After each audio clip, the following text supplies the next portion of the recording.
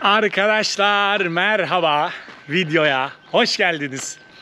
Ben Anıl. Yaklaşık 8 yıldır dünyayı gezen ve şu anda 2 yıl sürmesini planladığım bir Afrika yolculuğunda olan bir gezginim.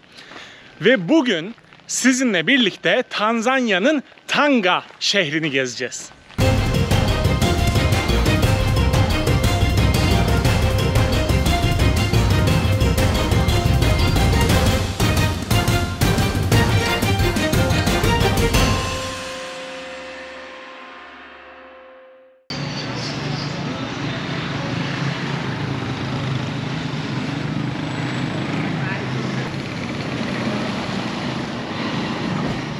Selam efendi.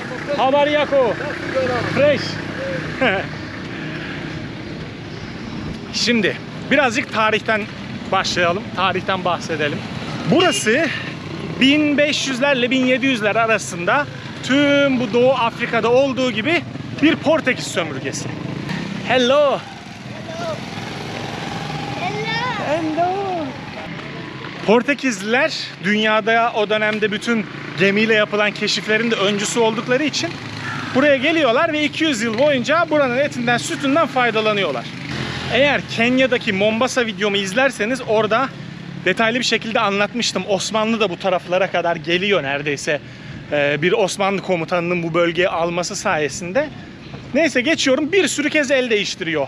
Osmanlı alıyor, Portekizliler geri alıyor, Almanlar geliyor falan, bir sürü olay. Selamun aleyküm baba. How are you? Cuema. Thank you. Se llama Cuema. Cuema. Mambo. Boa. Boa, boa. Fresh. Karibu. Have a nice day. Ne diyordum? Buranın, bu şehrin asıl yerleşimine başlaması ve gerçekten böyle bir yerleşim yeri olarak hayata geçmesi 1891'de oluyor. 1891'de Almanlar burayı o zamanki Zanzibar Krallığı'nın kralından, sultanından satın alıyorlar. Tanzanya'nın bütün kıyı şeridini satın alıyorlar 1891. Ve sonra ticarete başlıyorlar. İç kısımlara doğru giderek iç kısımlarda sömürülere başlıyorlar. Çünkü o dönemde burası fil dişi ticaretinin... Selamünaleyküm. Aleykümselam ve rahmetullah. Haber yako baba. Habari yako wewe mzuri? Karibu. Asante sana baba. Okay. Have a nice day. Almanların gelip burayı satın almasının en önemli sebebi burada inanılmaz bir ticaret dönüyor o dönemde. Selamünaleyküm. Aleykümselam. Haber yako. Salama. Yaje. Boa baba. Asante sana. O zamanlarda inanılmaz bir ticaret dönüyor. 1850'lerin ortasında burada yıllık 30 ton fil dişi götürülüyormuş Avrupa'ya. Selamünaleyküm. Haber yako. Asante. Unafanya nini hapo? I'm explaining the history of Tanga while I'm walking. Then I will show some city, some parts, the park, food, like this. Thank you so much.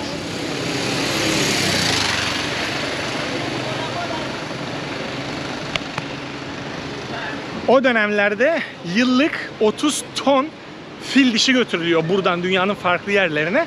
Almanlar da bunun sahibi olmak istedikleri için burayı satın alıyorlar.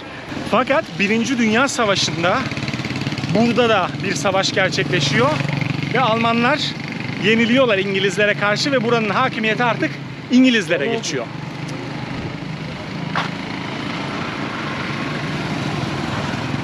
Rotary International diyor. Nations var kardeşim burada. Sonra da neredeyse zaten bütün dünyada olduğu gibi 1950'lerin 60'ların ortalarına kadar İngilizler ellerinde tutuyor. Ve onlar sömürüyorlar. İşte kölelik, bütün buradan çıkan madenler, fil dişi ve kıymetli her şeyi bu sefer İngilizler alıp satmaya, etmeye, bunu sömürmeye başlıyorlar. Ve 1961'de Tanzanya bağımsızlığına kavuşuyor. Şimdi biraz daha geri gidelim. Almanlar buraya geldiği zaman bir fark ediyorlar ki Burası inanılmaz bir yer. Ne diksen yetişiyor. Ne eksen Avrupa'dakinden 7-8 kat fazla yetişiyor. Avrupa'dakinden 7-8 kat fazla hasat edebiliyorsun. O yüzden buraya o dönemdeki en kıymetli şey olan sisal diye bir bitki getiriyorlar. Selamünaleyküm. Ah, hastane varmış şurada. Çok araba sesi var ya. Selama. Haber Yaku. Buraya sisal diye bir bitki getiriyorlar. Sisal bayağı tekila yapılan bitkinin kuzeni aslında. Ama burada onu ip yapmak için kullanıyorlar. Bu bitkiden yapılan ip o kadar kuvvetli ve o kadar güçlü ki dünyanın her yerine pazarlanıyor. Her şey için kullanmışlar o dönemde. Bu Tanga bölgesi hem sisal üretiminin hem de o üretilen bitkinin ve yapılan iplerin dünyaya taşınmasının başkenti sayılıyor. Aşırı çok para kazanıyor, aşırı hızlı büyüyor, bir sürü insan geliyor falan buraya. Derken 1961'de burası bağımsızlığına kavuşuyor ve buranın ilk cumhurbaşkanı so much talking. I'm tired. How are you, baba? Nama kwema. Good. Gari. Yeah. Karibu. Asante sana. Buranın ilk cumhurbaşkanı Julius Nyerere diyor ki arkadaşlar bundan sonra öyle devasa tarlalarda binlerce insanın köle gibi çalışması devri bitti. Hepinize birer ikişer dönüm tarla veriyorum. Hepiniz artık kendi yiyeceğiniz şeyi yetiştirin ve bu sayede kimse aç kalmasın. Mantıklı mı? Çok mantıklı. Kulağa çok güzel geliyor. Oh, gölge. Fakat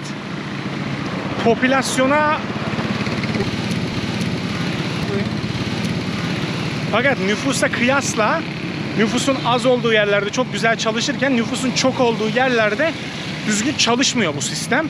Ve bu sistem bütün dünyaya sisal pazarlayan, ip pazarlayan buranın o üretiminin çöküşü anlamına geliyor maalesef. Çünkü herkes kendi tarlasına gitmeye başlıyor bu sefer. Yani ekonomiye büyük bir sıkıntı yaratıyor. Neyse, Julius Nyerere'nin inanılmaz güzel başarıları var. İşte burada çocuk ölümlerini 2 kat azaltıyor neredeyse. Ortalama ömür 35 yıl o dönemde burada. Bu 35 yılı kendi Cumhurbaşkanlığı döneminde işte yaklaşık 23 yıl boyunca yaptığı çalışmalarla 52'ye çıkarıyor. 35'ten 52'ye ortalama ömrü. Okuma yazma oranını, okula gitme oranını %20'lerden 75'lere çıkartıyor. Yani inanılmaz başarılı bir adam. Bu tarımsal politikanın da tutacağını düşünüyorlar fakat tutmuyor. Salama. Habari. Habari yako? Kwema. Muzuri sana baba. Hawajambo nyumbani. Jumbani. Nyumbani. Nyumbani hawajambo. What is Jumbani? Home. Home. My home. Uturuki. Look. Ah. Aya. Thank you so much. Fakat bu tarımsal politika tutmuyor. Çünkü herkes artık o para getirecek olan, ekonomiyi kalkındıracak olan şeyler yerine kendi tarlalarında çalışmaya başlıyorlar. Nüfusun az olduğu yerlerde çok işe yararken nüfusun çok olduğu yerlerde o kadar da işe yaramıyor bu sistem falan derken buradaki o ip üretimi bitiyor gidiyor. Sonra o çılgınlar gibi büyüyen şehir de maalesef ki önemini yitiriyor.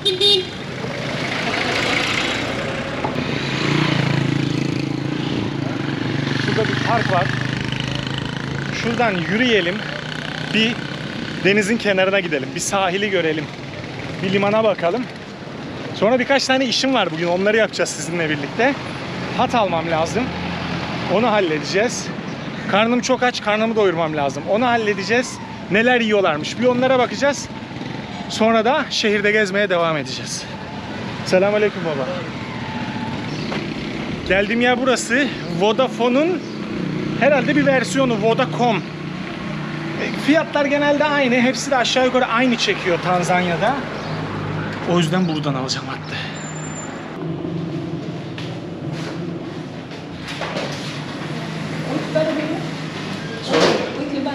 Yes. How much? I don't know the options. Yes. But that's it. The card is still valid because I bought it like 1 month ago. If it is still on my name, welcome. a lot of gigabytes.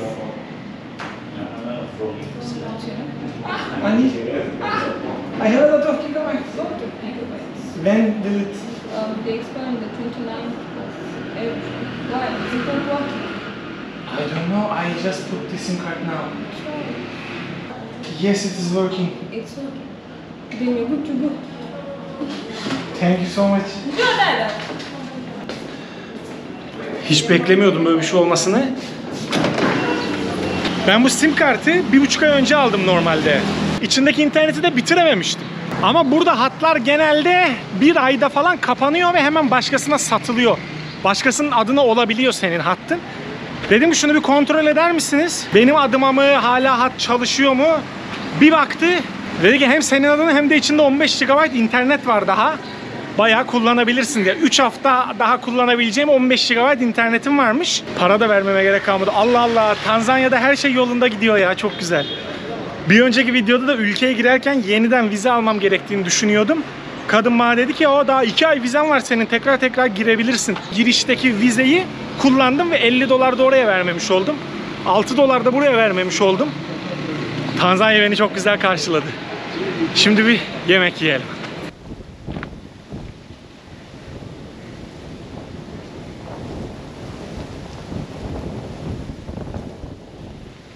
O kadar sıcak ki herkes bir köşede uyuyor.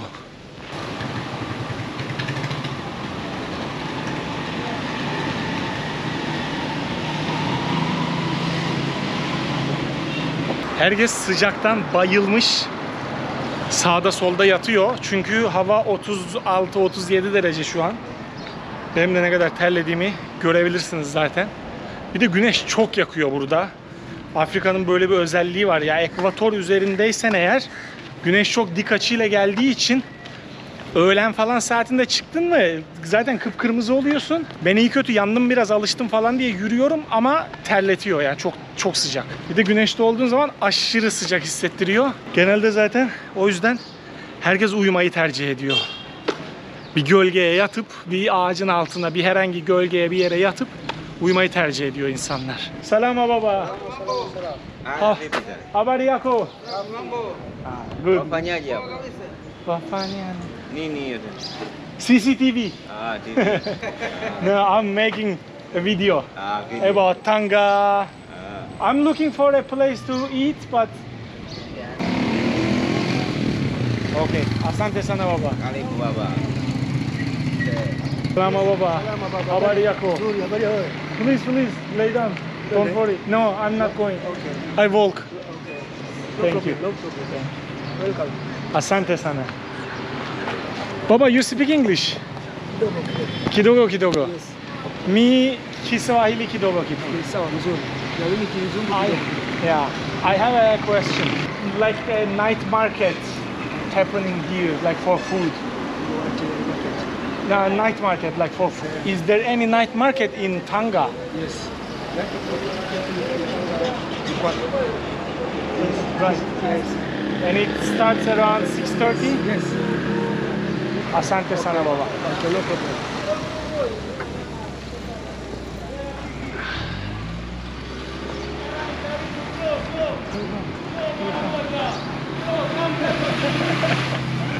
Bir sürü kapalı yerden sonra bir tane anne gördüm şurada.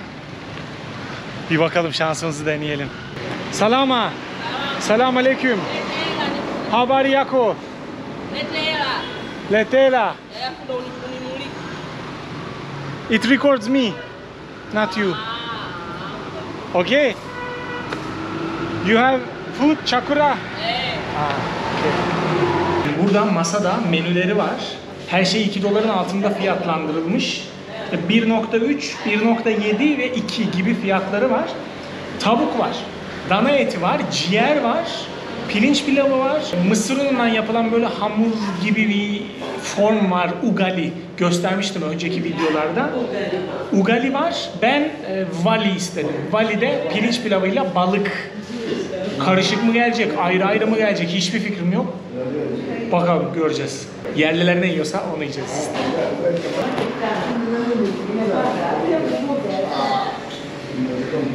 Asante sana sister.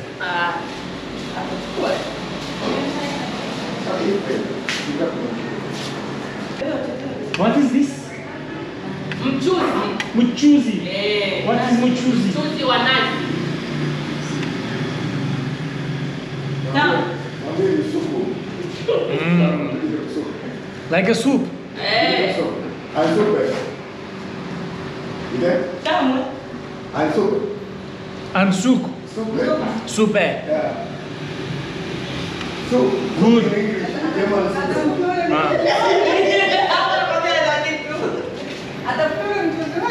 Ah.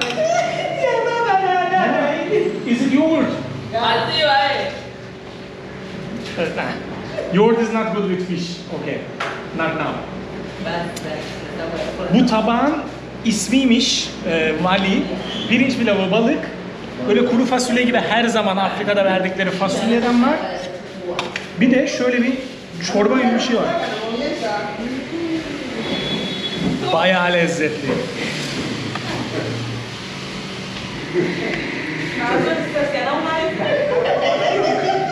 Sebze çorbası gibi bir şey. Ama bayağı güzel. Mama, is it made out of like coconut milk or something? Yeah. Coconut milk. Yeah. Hindistan cevizi sütünden yapıyorlarmış. Soğanlı muanlı ne kadar güzel bir şey. Sadece bundan yiyebilirim ya.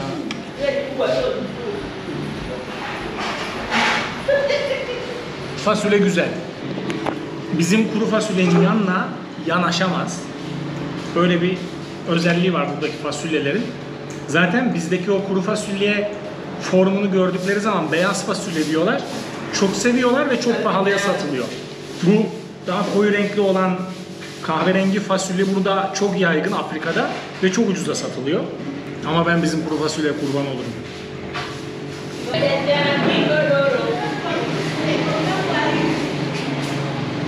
Balık aşırı lezzetli. I'm talking to the camera again. Balık aşırı lezzetli. Kızarttıkları yağdan mı? Balığın kendinden mi? Bilmiyorum. Küçücük olmasına rağmen çok lezzetli oluyor. Yani güzel yemek. Güzel yemekler yiyorum burada, buluyorum. Böyle şeyler güzel yani. Pirinç pilavı, kuru fasulye, balık. İnsanın canı gidip bir aspava yemeyi, aspavanın salatasını şöyle dibine kadar sıyırmayı, o sosu aka aka şöyle o dürümleri falan yemeyi, bir İskender söylemeyi, baba bir buçuk Adana çek, yanına bir de ayran ver falan demeyi çok istiyor tabi. 6 ay oldu, ben yemekleri bayağı özlemeye başladım. Bakalım ne yapacağız. Ah, thank you. How should I eat it? How should I eat the soup again? Okay. How should I eat it? Well, you can ask for a spoon. No, I have a spoon, but I finished it. But she brought me again. Yeah, Should I? Let's use a spoon. Should I dip the fish or something? No. Yeah, It is just a soup. But yeah, that's also another possibility. But you can use the spoon. Okay. Yeah. Asante sana o. Sonuçta insan özlüyor yani. Bizim kebapları mebapları özlüyor.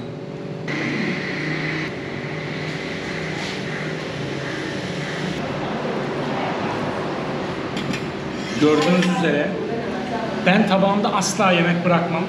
Böyle Ramazan'da geçen videoların altına yorum yazanlar oluyor. İşte abi oruç tutmuyor musun? Müslüman değil misin? Helal falan diye. Bunun Müslümanlıkla ya da oruç tutmakla falan hiç alakası yok aslında. Ya başka bir dine inanan da tabağında yemek bırakmayabiliyor. Ya da bizde biliyorsunuz ki milyonlarca Müslüman var. Herkes yediği yemeğin yarısını neredeyse tabağında bırakıyor. Ben 2014'te gezmeye başladığım zaman çok düşük bütçelerle, otostopla, çadırda kalarak falan çok gezdim.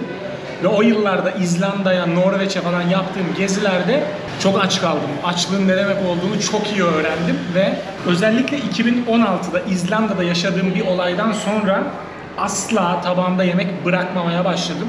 Ya 2016'dan beri işte 7 yıldır tabağımda bilerek ve isteyerek bıraktığım yemekleri toplasanız bir tabağı doldurmaz eminim. Ya da bir kaşığı bile doldurmaz. Bırakmıyorum çünkü. Risk alıyorum, ne yediğimi bilmiyorum, ne gelecek bilmiyorum, ağız tadıma uygun mu değil mi bilmiyorum ama ortada burada yerlilerin yediği bir yemek varsa ben de yerim sonuna kadar. Ne kadar sevmezsem sevmeyeyim asla atmam, asla tabağımda bırakmam, atılmasına göz yummam. Bunu da buradan herere diyen arkadaşlara duyurmuş olalım. Oh, güzel bir yemekti. Bayağı lezzetliydi. Ha? Ha? Macomba hivi. What is Macomba? Macomba. Yaani finish. Yes, always. Kabisa. Asante sana. Haya. Very good food. So, Karibu tena. what is delicious in Swahili? Kizuri sana. Kizuri sana. Asante Kizuri sana. chakura. Kizuri Chakura. chakura. Chakura. Birinci Dünya Savaşı'nda işte o yaşanan olaylardan dolayı buraya selamünaleyküm. Buraya bir anıt, böyle bir park ve bir anıt yapmışlar. O zaman burada hayatını kaybeden Tangalı insanlar için. Selamünaleyküm. Haber yako. Ah, thank you. Oh, hello. Selamünaleyküm. How are you? Yeah, fine. Good, bye bye. Selamünaleyküm. Salam. Hello. Hello. Hello. Hi. Hi. Burada hiç görmeyi beklemiyordum, bir Gurudvara var. Bunun ne olduğunu birkaç önceki videoda Afrika'daki en eski Gurudvara'ya gelerek anlatmıştım, Kenya'da. Bu dünyanın en yeni dinlerinden bir tanesi olan Sikizm inancının tapınağı, mabedi. Gurudvara deniyor. Hindistan'da doğmuş ve halen de Hindistan'da çok ciddi olarak ve hala Hindistan'da da çok yaygın olarak inanılan bir inanç. Onun bütün detaylarını o Hindistan videomda da Altın Tapınak, Amritsar ve Sikizm'i anlattığım videoda da paylaşmıştım. Burada da varmış. Çok ilginç. Ivan, moja. Nataga mango moja. Muz, mango, ananas, karpuz değil ama geri kalan her şey tropik meyveler ve burada elma armut gibi satılıyor ya, aşırı ucuz. Bizde kışın portakal neyse, işte yazın elma neyse, burada da bu meyveler aynı öyle. Pesengabi mama. Ha? How much? 1,000. 200. Okay. 10 lira. Bir mango, bir tane de muz 10 lira. 1,000.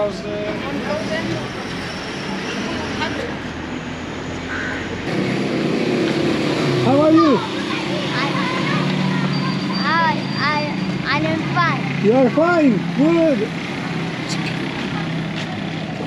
What is your name? My name is Ekban Azir.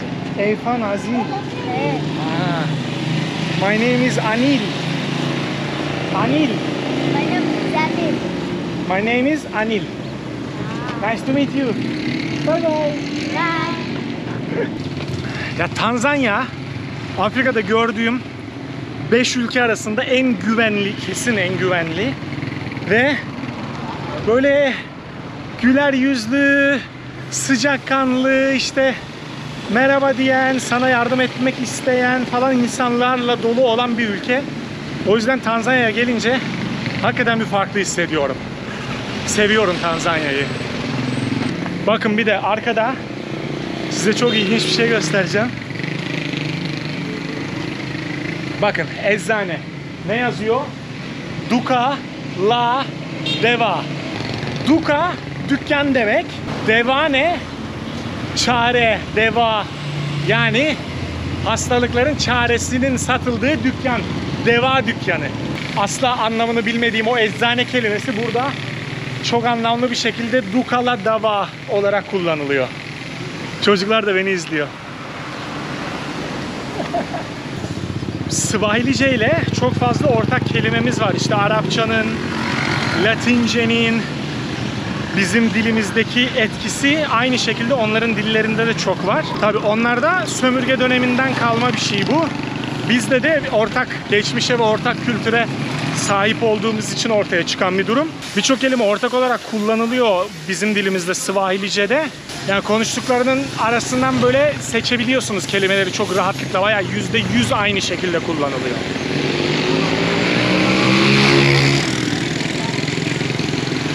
Bir de böyle deli bıçkınlar var.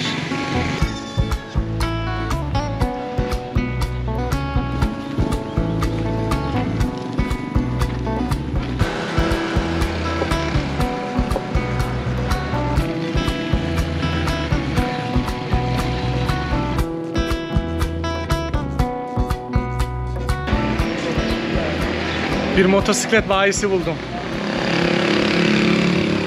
Salama baba. How are you? Baba, I'm also a motorcycle rider. I'm traveling around Africa with my motorcycle. So I always wondered how much are those like 125. For example, the Boxer. 2,800,000. It is like 1,300 USD. Is it correct? $1,200 bu 125'likler. And the 150? 3 milyon. So people are buying this Boxer or TVS for boda boda, right? Yeah. Uganda, Ruanda, Kenya, Tanzanya, şu ana kadar gördüğümüz Burundi dışındaki bütün ülkelerde bu motorlar kullanılıyor. Boxer Bajaj 125, 100'lük falan. Fiyatı $1,200'mış. Pazarlık yapsan 1000'e düşerdi muhtemelen. O motorlardan bir tane alacak parayı biriktirip ondan sonra da motosiklet taksiciliğe başlıyorlar. Ve nüfusun çok büyük bir çoğunluğu için motosiklet taksici olmak ana geçim kaynağı. Bakın şimdi başka bir şey göstereceğim. Selamünaleyküm. Her videomuzda neredeyse denk geliyor. Tanzanya'nın geleneksel yemeği artık. Bu atasporu mişkeki, şiş et. Dana etinden şiş ve patates kızartıyorlar. Patatesli yumurta, üstüne 3, 4, 5 kaç tane yersen şiş yapıyorlar. Her yerde, her köyde, her kasabada Tanzanya'da bu yemeği günün her saatinde bulabiliyorsunuz. Selam baba. How are you? Asante sana.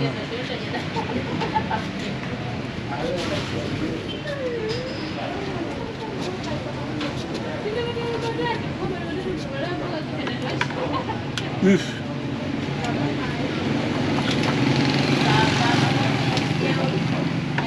Asante sana Rafiki.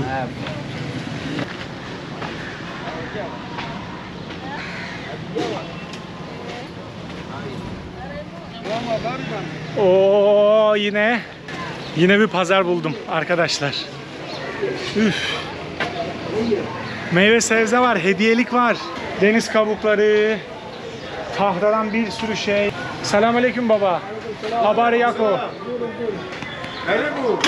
Asante sana baba. Asante sana. Burada çok güzel ürünler var. Bunları yapmak ve bunları bu kadar işlevsel yapmak mucizevi bir şey. Şunu palmiye yaprağından yapıyorlar. Yaprağı kurutuyorlar bir güzel.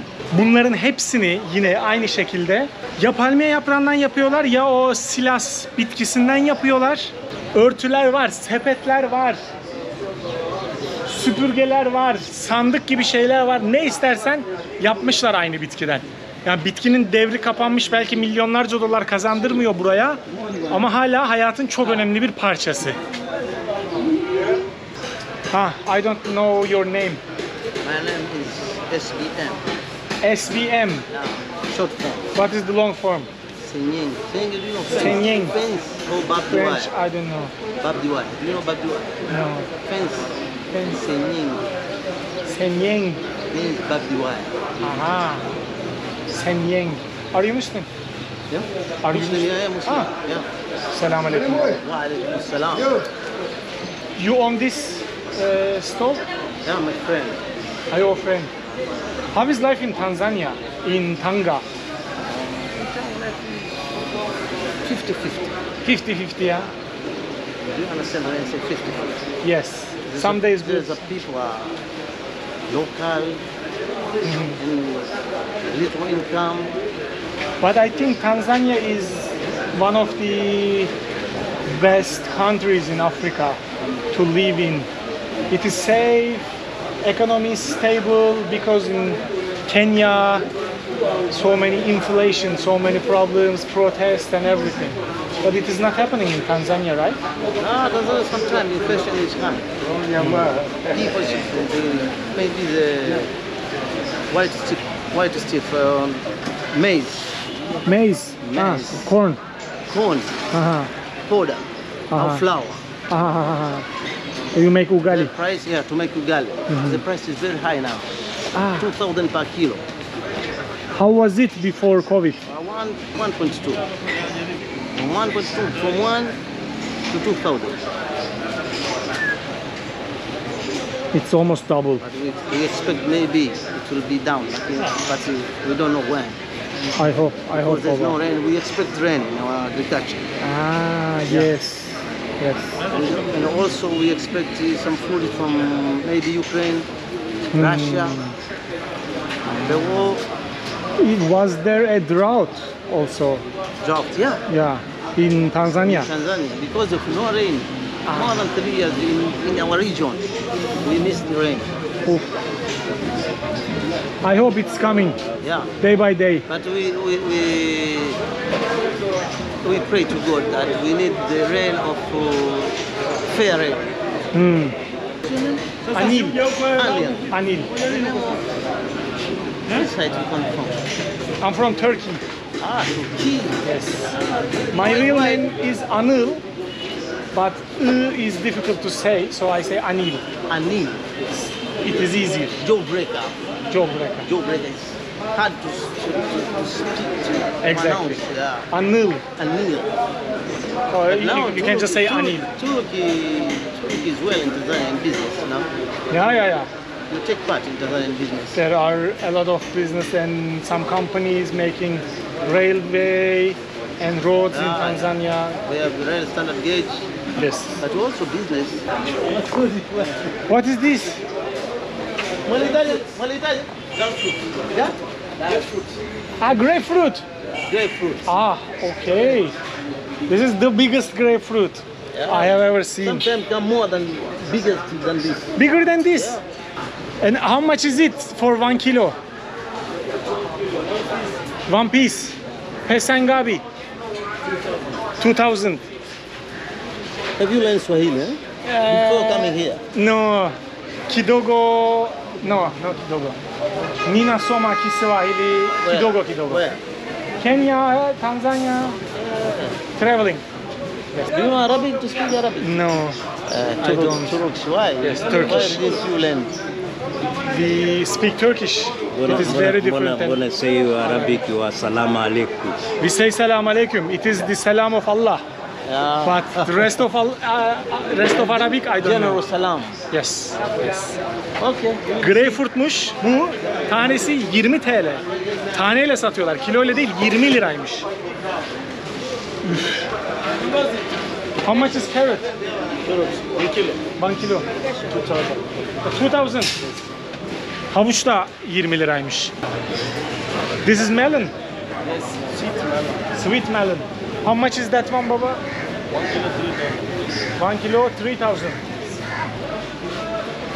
Ananas eğer büyükse 30 liraymış tanesi, küçükse 20 liraymış. Burada biraz pahalı.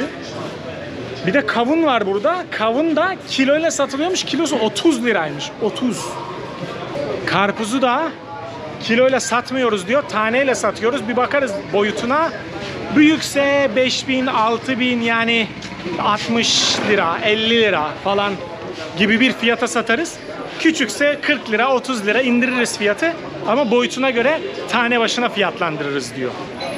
Yes. Selamun aleyküm. Asante baba. Şu örtüler vardır ya, böyle deniz kenarında, şeylerde, yazlıklarda falan olur. Denize giderken kullanılır. Plastikten yapılmadır bunlar genelde. Bunun aynısını işte burada o silas bitkisinden yapıyorlar. Hemen arkasında bir de boyamışlar, rengarenk de yapmışlar. Çok da güzel görünüyor. Bir de bunun fiyatını soralım. Baba, how much is this mattress? Ha? 100,000. It's a big one, huh? Ah. Let me show. Üf. Ah. Üf, it is so big. Asante sana baba. So şu devasa örtü, el yapımı, o bitkiden yaptıkları örtüyü yaklaşık 40 dolara satıyorlar. Şöyle bir masa boyutunda yuvarlak olanı var, renksiz, bitkinin doğal renginden olanı. Onları da 8 dolara falan satıyorlar. Aslında buralarda yaşasan çok güzel masa örtüsü olur. Çok güzel yer örtüsü olur. Çünkü %100 doğal. İçinde neredeyse boya bile yok. Herhangi bir kimyasal madde yok, bir şey yok. Fiyatları da güzelmiş yani. 7-8 dolar bayağı güzel böyle bir şey için. Arkadaşlar, videoyu buraya kadar izlediğiniz için hepinize çok teşekkür ederim. Arkadan yağmur yüklü bulutlar geliyor ve ben artık bir an önce otele doğru kaçacağım ve bu yağmurda ıslanmayacağım. Hepinize videoyu buraya kadar izlediğiniz için çok teşekkür ederim. Bir sonraki videoda yine Tanzanya'da çok güzel bir yolculukla görüşeceğiz. Kendinize iyi bakın.